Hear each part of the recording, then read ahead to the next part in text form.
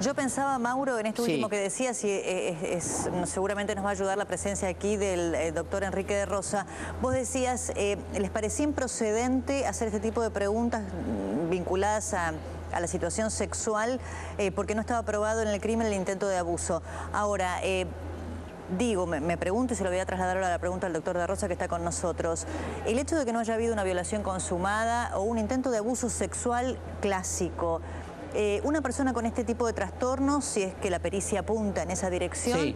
puede matar a su víctima porque también puede ser su objeto de deseo. Es decir, el no poseerla, la propia eliminación de esa persona que se convierte en su víctima, también puede tener una connotación sexual. Gracias, doctor de Rosa, por estar con nosotros. Sí, por de pronto hay que diferenciar. Los crímenes de tipo sexual no son crímenes en los cuales el goce a nivel sexual sea el motor principal, sino el poder, la dominación.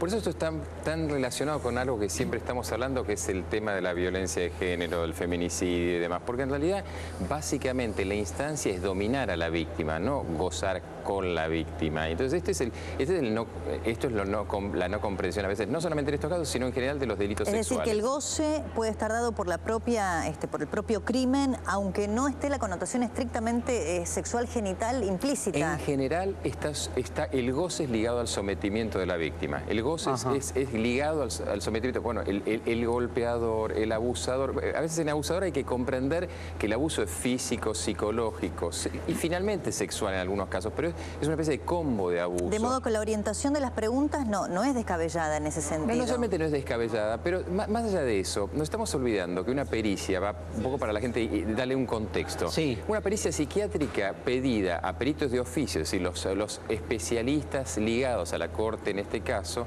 es aquella que se hace hasta lo que se llama el examen mental obligatorio, que en Nación es el artículo 78 del Código de Procedimientos Penales, es decir, es una obligatoriedad. Dicho por lo cual, si bien una estrategia de la defensa puede ser no contestar, en algún momento el juez tiene que dar por acabada esta prueba, con lo cual puede darla, inclusive decir la declaración de la persona, y de ahí se obtiene una gran cantidad de datos. Por ejemplo, esto de la impulsividad, que la impulsividad puede tener que ver con la sexualidad, el poder o una propia incapacidad de frenar el pasaje al acto. Enrique, pero si no contesta preguntas, ¿sí? Como en este caso que no contestó, ¿los peritos tienen forma de hacer un dictamen igual con el ratito que lo vieron?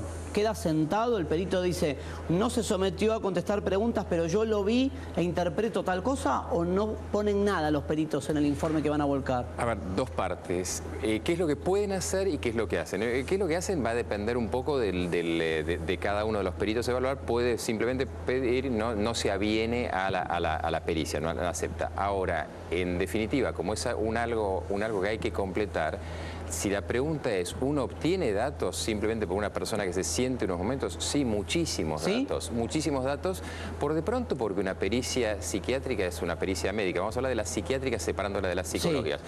Una pericia psiquiátrica es una pericia médica, por lo cual una de las primeras cuestiones, como vos bien sabés, una persona hay que testificar si está en condiciones de declarar o no.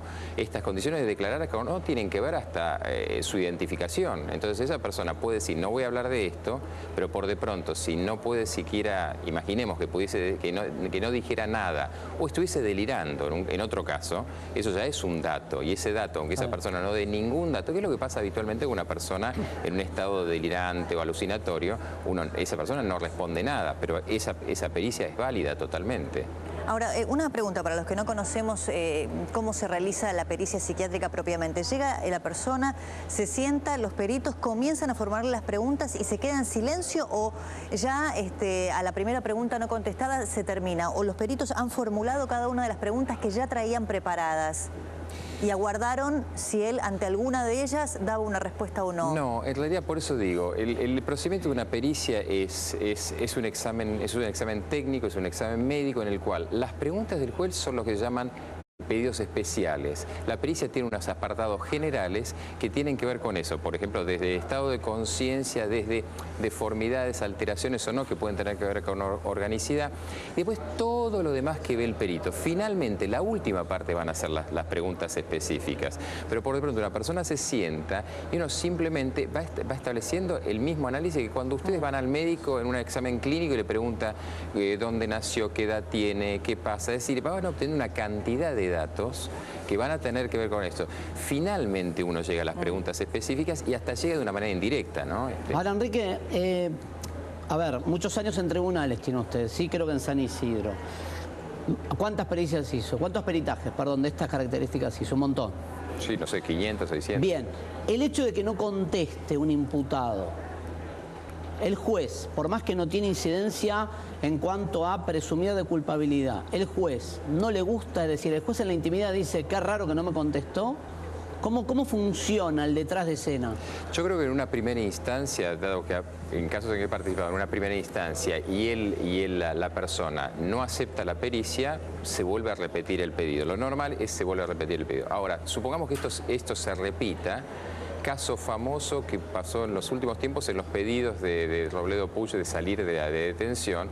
El solo hecho de obstaculizar la pericia implica varias cosas, pero vuelvo a decir, si la persona está sentada ahí inclusive, aunque no diga nada, en este caso en que hablamos de la impulsividad motora por de pronto, puede dar una gran cantidad de datos. Porque por ejemplo, que quede con la mirada baja, que mueva una mano, que yo le esté hablando del tema y tenga una reactividad física que pueda ser diferente, que pueda hablar de esto, respuestas no verbales. Es decir, pero por eso le pregunto, digo, el juez en su intimidad, ¿le da importancia? Digo, ¿le da importancia al hecho que no haya contestado? Sí, por supuesto. Y por otra parte, quienes hemos trabajado en este tipo de función pública, en general tenemos en muchos casos, en Nación quizás sea un poco más indirecto, pero hay un contacto directo con el magistrado en que pregunta, bueno, ¿qué es lo que uno fue viendo? ¿Qué es lo que uno imagina?